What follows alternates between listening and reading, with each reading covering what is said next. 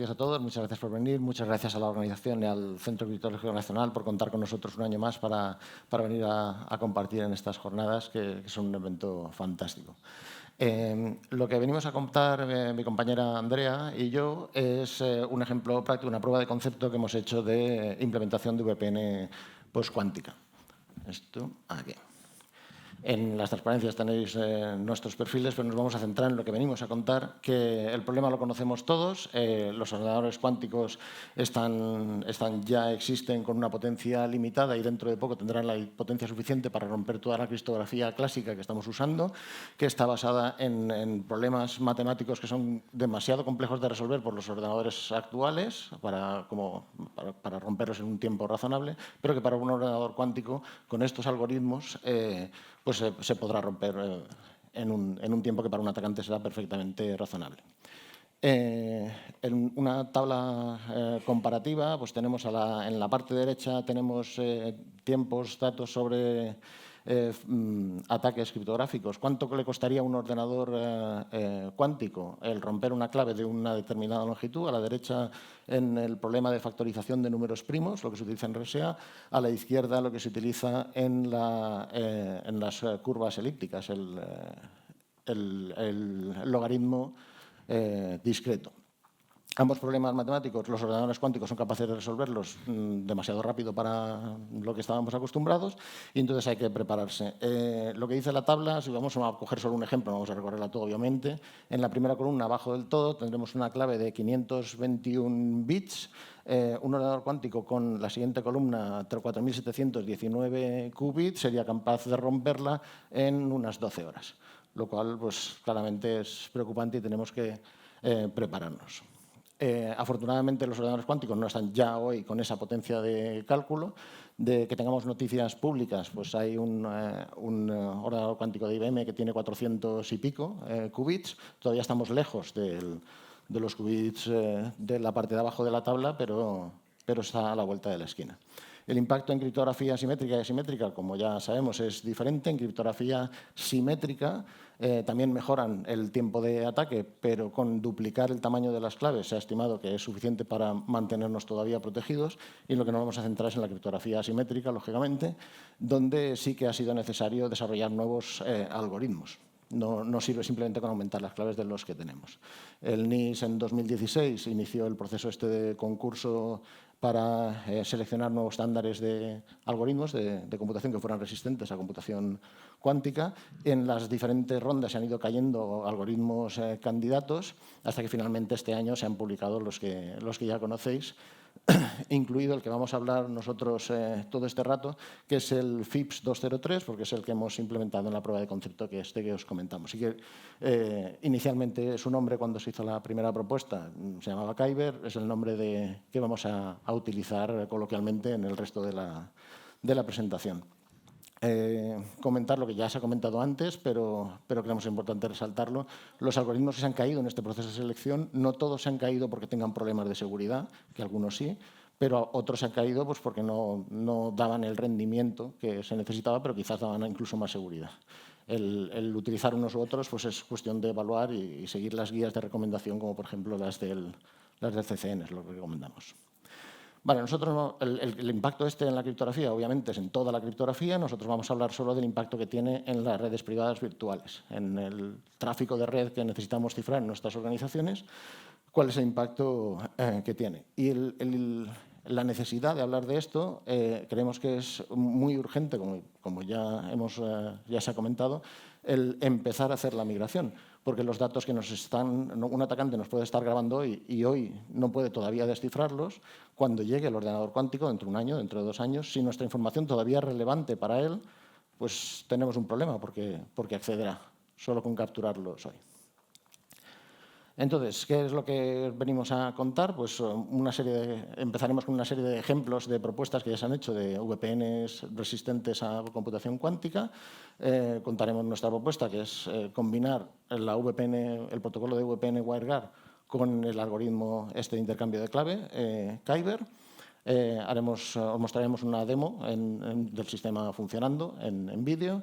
Y luego nos detendremos a analizar la comparativa de rendimiento, que era lo más importante de esta prueba de concepto que que queríamos preparar para ver cómo se impacta el rendimiento por el hecho de migrar a esta solución postcuántica. Finalizaremos con unas breves conclusiones. Así es. Bueno, como os ha comentado David, el problema de la criptografía cuántica nos concierne a nosotros y concierne a mucha gente. Y todos han intentado aportar un poco sus soluciones, que son las que vamos a ver a continuación. Queremos enseñar qué es lo que actualmente están haciendo.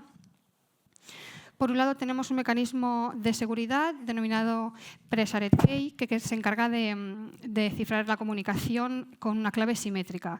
Si hacemos una clave simétrica del tamaño necesario, como David bien ha dicho, puede ser seguro ante algoritmos cuánticos, con lo cual podemos utilizar esto para cifrar la comunicación.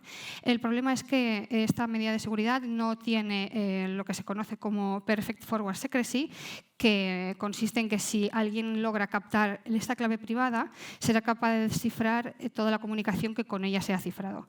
Además, también se necesita una distribución de esta clave en un medio seguro. Microsoft también cuenta con un equipo de investigación que han creado una solución postcuántica, una VPN postcuántica llamada PQCrypto, que combina el protocolo OpenVPN con estos algoritmos postcuánticos que veis aquí, Frodo, Picnic y QTesla. Estos algoritmos no están aprobados por el NIST, no quiere decir que están mal, pero no están utilizando, por ejemplo, el Kyber. Otras fuentes de información que hemos encontrado son varios artículos que vais a ver a continuación que utilizan VPN WireGuard y, por ejemplo, McEllis y Saber, otros algoritmos que no están aprobados por el NIST y además utilizan un reemplazo y no una solución híbrida, es decir, el intercambio de claves que está utilizando, por ejemplo, WireGuard lo reemplazan por completo con McEllis o con Saber. No utilizan una solución híbrida que es muy importante, como veremos a continuación. Aquí tenemos dos ejemplos más que también utilizan soluciones muy similares a la nuestra, implementadas en espacio de usuario, lo que ralentiza un poco la eficiencia del algoritmo. Y también, por ejemplo, uno de los dos artículos que estamos viendo aquí han modificado incluso Kyber con el tamaño de claves o incluso metiendo paquetes en la negociación extra. De acuerdo, nosotros ya hemos enseñado cuál es el problema que queremos solucionar, hemos enseñado qué es lo que actualmente hay y vamos a pasar a añadir nuestro granito de arena y a mostraros nuestra solución, que consiste en la mezcla de WireGuard con Kyber, como más o menos os ha introducido David.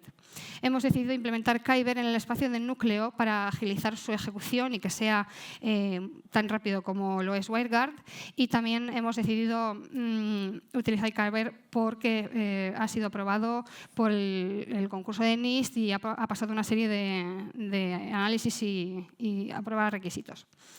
De acuerdo. Entonces tenemos por un lado WireGuard, el protocolo de VPN WireGuard. Lo hemos elegido porque es un protocolo rápido, sencillo, robusto y sobre todo lo hemos elegido porque su negociación de clave, el handshake, solamente consta de dos paquetes, un paquete de inicialización y uno de respuesta, lo que agiliza mucho el proceso de esa primera conexión. A partir de estos dos paquetes, el resto de la comunicación está cifrada. De acuerdo. ¿Cómo funciona esa conexión entre Alice y Bob? Bueno, pues aquí lo podemos ver. Tenemos el esquema en la parte izquierda, donde Alice es la que inicia la comunicación con Bob y le manda un primer paquete, que es el que vemos en la parte de la derecha, donde hay ciertos campos. Uno de esos campos es el ephemeral, que es el donde está la clave pública de Diffie-Hellman, lo que está ejecutando ahora mismo WireGuard. Bob, por otro lado, le manda a Alice su clave pública Diffie-Hellman, que lo vemos en el siguiente paquete, en el de abajo. En este intercambio de claves públicas, después, cada uno por su lado, Alice y Bob utilizan la clave pública del otro y su privada para finalmente generar una clave de sesión, que es la que utilizarán para cifrar el resto de la comunicación. De hecho, esa clave se introduce dentro de un KDF que ya se ha mencionado en otras ponencias, que también veremos a continuación su función. Muy bien. Y por el otro lado, WireGuard por un lado, y por el otro tenemos Kyber, ¿no? Kyber hemos decidido añadirlo y no sustituir el Diffie-Hellman original de WireGuard. Su funcionamiento es el que se muestra en este esquema, donde tenemos a Alice y a Bob de nuevo. Alice en este momento genera dos claves, una de encapsulación y otra de decapsulación. La decapsulación se la envía a Bob y Bob en este momento crea una clave de sesión nueva, la encapsula, es decir, la cifra con la clave de encapsulación de Alice y se la manda cifrada a Alice en el paquete que se llama, en el campo ciphertext. Alice en este momento tiene la clave cifrada y la decapsula con su privada, que no ha salido de su equipo en ningún momento, y ambos llegan a tener la misma clave de sesión con la que luego al final pasan a cifrar la comunicación. Bueno, aquí es importante observar que la raya que parte a Alice y a Bob se mandan solamente dos paquetes, lo que encaja muy bien con el esquema que ya se está utilizando actualmente en WireGuard, en el Diffie-Hellman, en su intercambio de claves. Además, supongo que alguien puede estar pensando, bueno, pero estoy viendo aquí un esquema de criptografía asimétrica, donde hay dos claves para dos operaciones distintas, y David acaba de decir que este esquema está en peligro. Así es, pero David dijo que la criptografía asimétrica actual se basa en dos problemas matemáticos muy conocidos, el del logaritmo discreto y el de factorización de números primos. Estos algoritmos son muy complicados resolverlos en ordenadores cuánticos actuales, pero no en ordenadores cuánticos, cuánticos que van a salir brevemente. Pero Kyber se basa en el problema de matemático learning with errors, el cual es complicado resolver tanto en ordenadores clásicos como en postcuánticos. De ahí que lo hayamos elegido como candidato para nuestra implementación. Bueno, ¿y por qué hemos decidido añadirlo y no sustituirlo? Porque muchas organizaciones de nuestro mundo de la ciberseguridad nos recomienda una solución híbrida para empezar, ¿no? Para empezar la transición.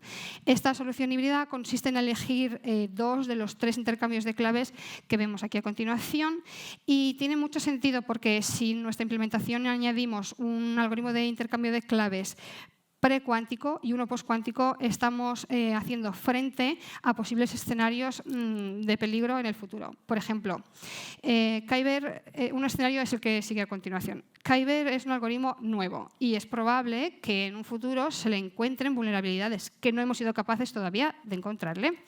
Entonces, estamos teniendo problemas en la negociación de clave postcuántica, pero todavía mantenemos el precuántico, que sabemos que es seguro. Por otro lado, si, por ejemplo, ya sabemos que el postcuántico es seguro, sabemos que el día de mañana llegarán ordenadores cuánticos y que romperán los algoritmos precuánticos. Por eso la combinación de ambos es muy importante y por eso hemos decidido hacerlo así.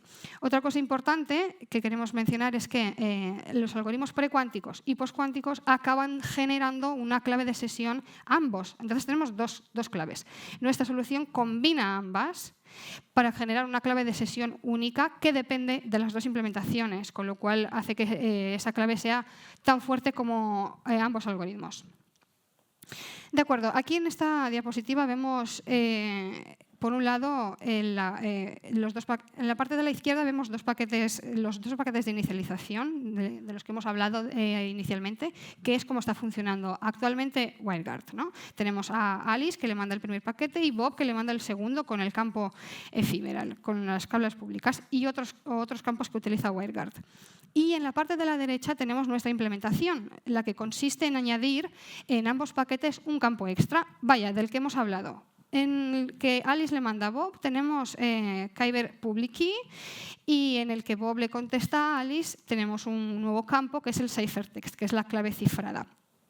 Bueno, aquí queríamos comentar que si podéis ver nuestra implementación, en la parte de la derecha, el campo ephemeral sigue estando porque se sigue utilizando el Diffie-Hellman original, como ya hemos mencionado en la solución, debido a la solución híbrida. Y otra cosa que queríamos comentar aquí es que Kyber como ya algunos de mis compañeros en otras ponencias han mencionado, tiene tres variables, tres variantes. De la no menos segura y más segura, sino de la que utiliza claves más pequeñas a claves más grandes. En nuestra implementación hemos utilizado Kyber, la última versión, con el tamaño de claves más grande. De ahí que el tamaño de los paquetes se vea incrementado considerablemente, de tal manera que inicialmente los paquetes eran de 100 y 150 bytes aproximadamente a cerca de 1800 bytes. Pero más adelante veremos no solo cómo funciona, sino también el rendimiento que esto aporta en una conexión normal. Solo comentar que, aunque en la slide los hemos pintado del mismo tamaño, el campo verde está añadiendo 1500 bytes ahí, ¿vale? Sí. Obviamente no está a escala. Los paquetes cambiados son muchísimo más gordos. Sí, y mi compañero David os enseñará una demo en vivo de cómo está funcionando nuestra solución. Vale, para verlo funcionando, lo que hemos hecho es montar este escenario simple, un par de ordenadores que van a establecer la VPN entre ellos. El de la izquierda puede ser Alice, el de la derecha Bob. Todo el tráfico es en ruta con redes, si veis ahí en el diagrama, con direccionamiento reales 10 y pico, 10.x. Y el túnel de WireGuard tendrá direccionamiento 172.16, ¿vale? Uno el 01, otro el 02, cuando se haya establecido el túnel. En el nodo al que nos vamos a centrar es en el de la izquierda. Ahí vamos a ver su pantalla y vamos a ver el establecimiento del túnel, la transferencia de un fichero grande. Bueno, grande, 700 megas para hacer el ejemplo. Lo que tenemos en la pantalla está partida en dos partes. ¿Esto le podré dar al pause con esto? No lo sé. Bueno, da igual. Si no, ahora lo volvemos a poner. En la parte derecha está el Wireshark, el capturador de paquetes, veremos el tráfico de red. En la parte izquierda está el host, donde está Filecilla, la herramienta de transferencia de ficheros, que a su vez parte la pantalla en dos partes, la del sitio local y el sitio remoto, al que se va a conectar y donde se va a traer los ficheros. A donde se va a conectar es al 172.16.02, que es el otro nodo, y en el otro nodo, en esa carpeta, hemos puesto un fichero de 700 megas. Entonces, ahora lo que vamos a hacer es pinchar sobre ese fichero de 700 megas y traérnoslo, como el filecilla toda la vida. Y lo que pasa es que, como el direccionamiento al que estamos apuntando es el de la VPN, se establece la VPN y todo el tráfico que se está cursando está yendo a través de ese túnel Wireshark que se ha establecido.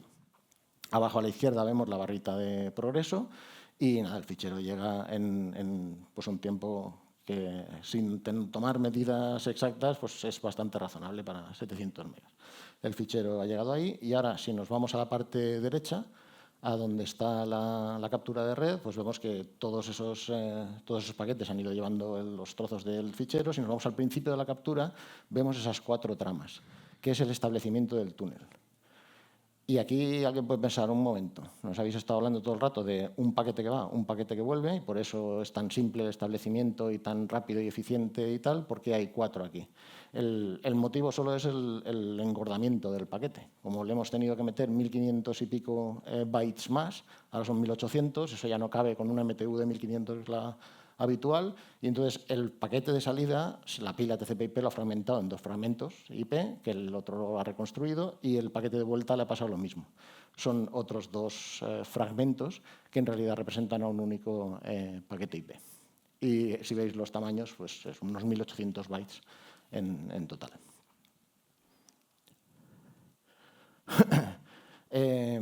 La prueba de concepto la queríamos hacer sobre todo para analizar el rendimiento, porque si conseguimos hacer una versión de WireGuard que sea súper segura, pero que va súper lenta, pues obviamente no sería practicable, no sería útil para nada. Entonces decidimos analizar el rendimiento con las métricas que ahora os comentará Andrea. Así es. Quisimos medir el rendimiento y la eficiencia de nuestra implementación pensando en dos aspectos muy importantes, en cómo funciona en la red y el cómo funciona dentro del equipo que está ejecutando este nuevo algoritmo. Para ello hemos decidido tomar estas 4 métricas. Primero hemos decidido tomar la duración del handshake y realmente tiene sentido porque en el handshake es donde realmente está pasando todo lo que estamos hablando. Estamos añadiendo el nuevo algoritmo Kyber, además los paquetes son más grandes, hay que procesar procesar más datos, y ahí es donde estábamos esperando ver un cambio en el tiempo. Otras medidas que también queríamos tomar en cuenta es la latencia, que es el tiempo que tardan los paquetes en ir y en volver a lo largo del tiempo. El ancho de banda, que son los megabits por segundo, que una red es capaz de transferir en un determinado tiempo, también es una medida que nos interesaba, y el porcentaje de consumo de CPU de los procesos que están ejecutando en nuestra implementación también eran interesantes tomarles la medida. Para tomar estas métricas y saber cómo cambiaba la implementación original de la estándar, la original de la postcuántica, hemos utilizado varias herramientas, Hyperf y NetPerf para las pruebas de red y VMstat para las pruebas de la CPU. Y finalmente dijimos, bueno, pero queremos ver si esta solución se adapta al uso normal que le podemos dar a la VPN. Y por eso hemos pensado en tomar estas medidas con estas herramientas en estos 4 escenarios. Un escenario normal, donde hay una conexión normal entre varios equipos. Un escenario congestionado, donde hay mucho tráfico simultáneo. Un escenario de pérdida de paquetes, donde se pierde un porcentaje de paquetes, no necesariamente en la red local, sino a lo mejor cuando estos paquetes circulan por Internet. Y un escenario de fragmentación, donde a lo mejor la tecnología de la red no es capaz de enviar 1500 bytes, sino que se tiene que fragmentar a 576, por ejemplo. Bien, veamos qué es lo que pasa. Pues tenemos la duración del handshake, que efectivamente sí que vemos un cambio considerable. Tenemos la parte de la izquierda, la azul, que es la implementación estándar, la original. ¿Cuánto dura el handshake de media? Unos 4 milisegundos. Y nuestra implementación dura 4 veces más, 16 milisegundos. Sí, son milisegundos, es muy poquito y no creemos que vaya a influir demasiado. Sobre todo porque esta situación del handshake que estáis viendo aquí ocurre en 2 momentos claves. Cuando Alice y Bob van a empezar a comunicarse, antes no sabían nada del uno del otro, pero una vez que ya han establecido una primera conexión, también ocurre esta situación cada 2 minutos en lo que se conoce como la renegociación. ¿Por qué hay una renegociación cada 2 minutos?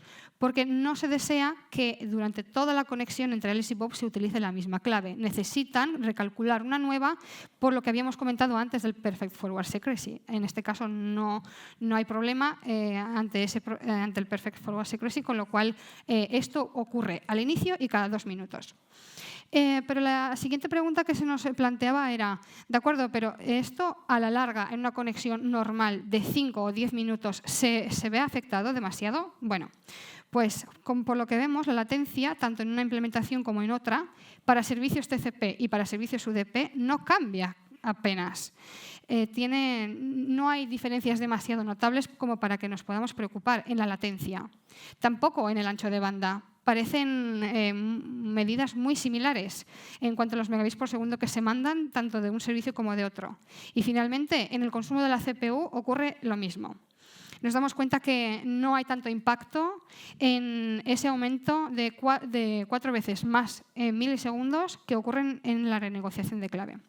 Finalmente, queríamos terminar la presentación con unas breves conclusiones que mi compañero os dará. Muchas gracias.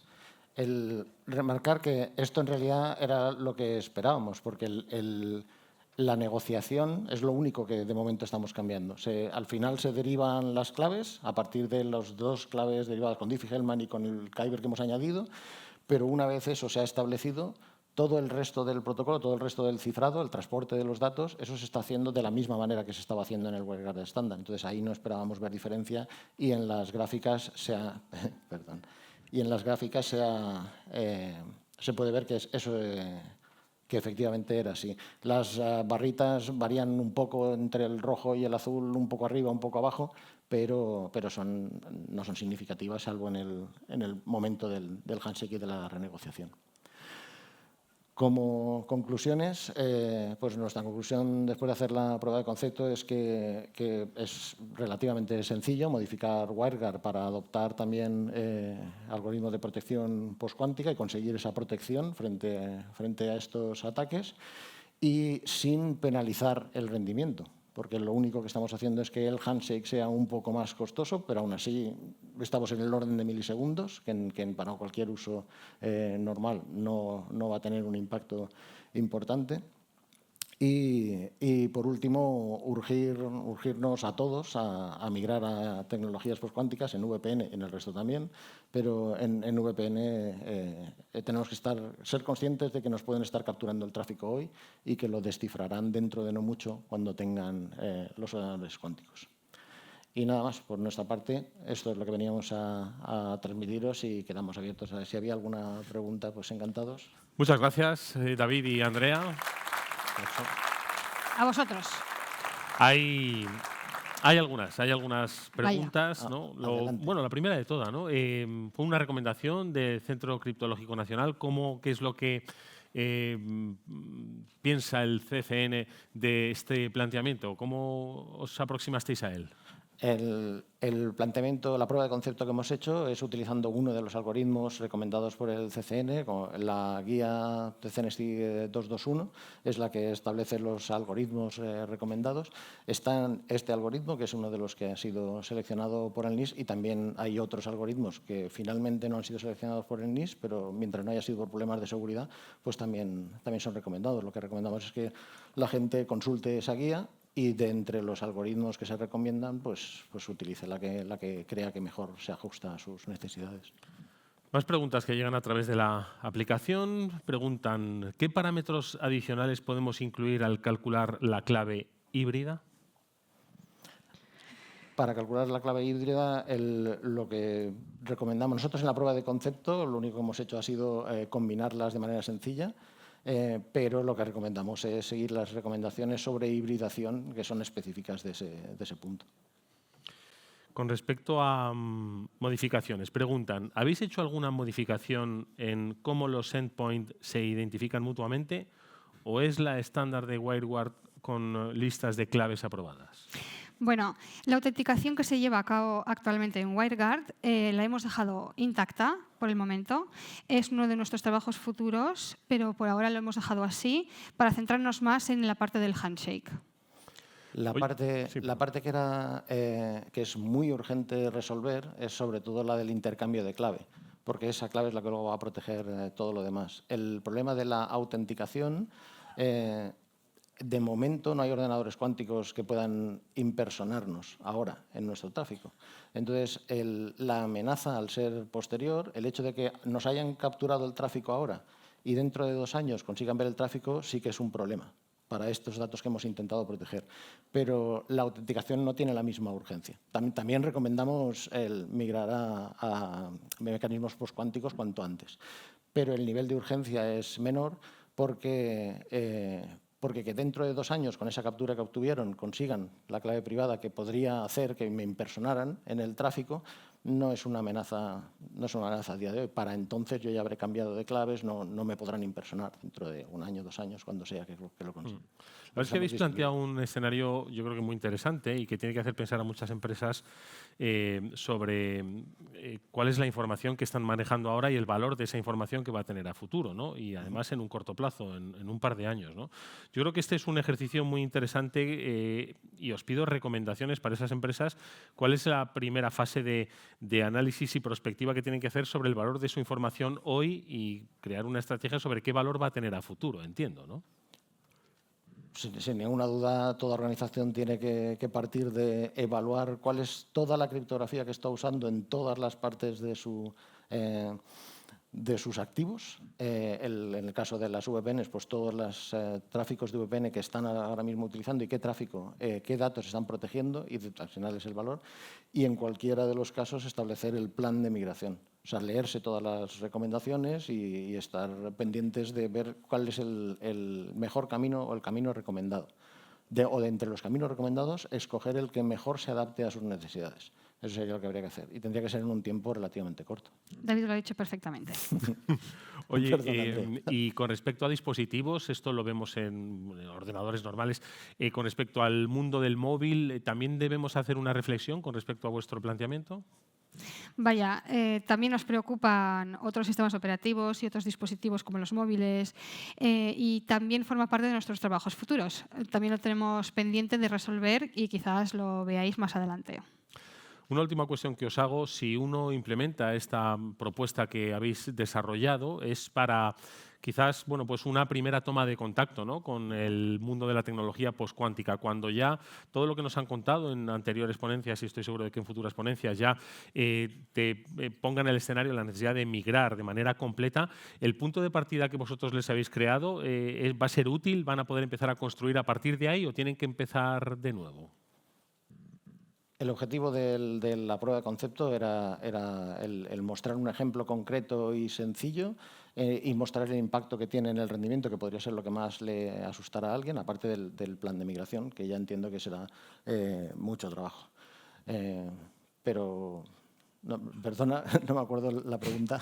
Bueno, no te preocupes, pero yo creo que es un punto de partida muy interesante, como decíais, para que las empresas, los usuarios de las VPNs efectivamente, están, ¿no? como punto de partida sí que creo que es lo primero es entender cuáles las soluciones propuestas, elegir la que mejor se adapte y establecer el plan de migración. Y para todos los productos, el hacer el análisis concienzudo de toda la criptografía que utilizan los productos y, si es posible, certificarlos.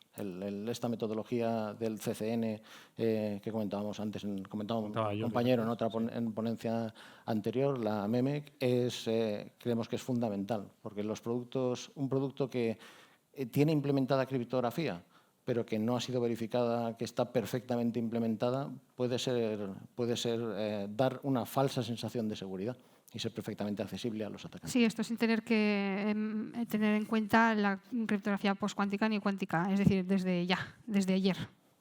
Bueno, pues ese es el aviso y la recomendación que dan desde el AIAC, en este caso David Pérez y Andrea Cucuteanu, a los que les agradecemos mucho que nos hayan expuesto este proyecto. Muchísimas gracias. Un fuerte aplauso para ellos. Gracias.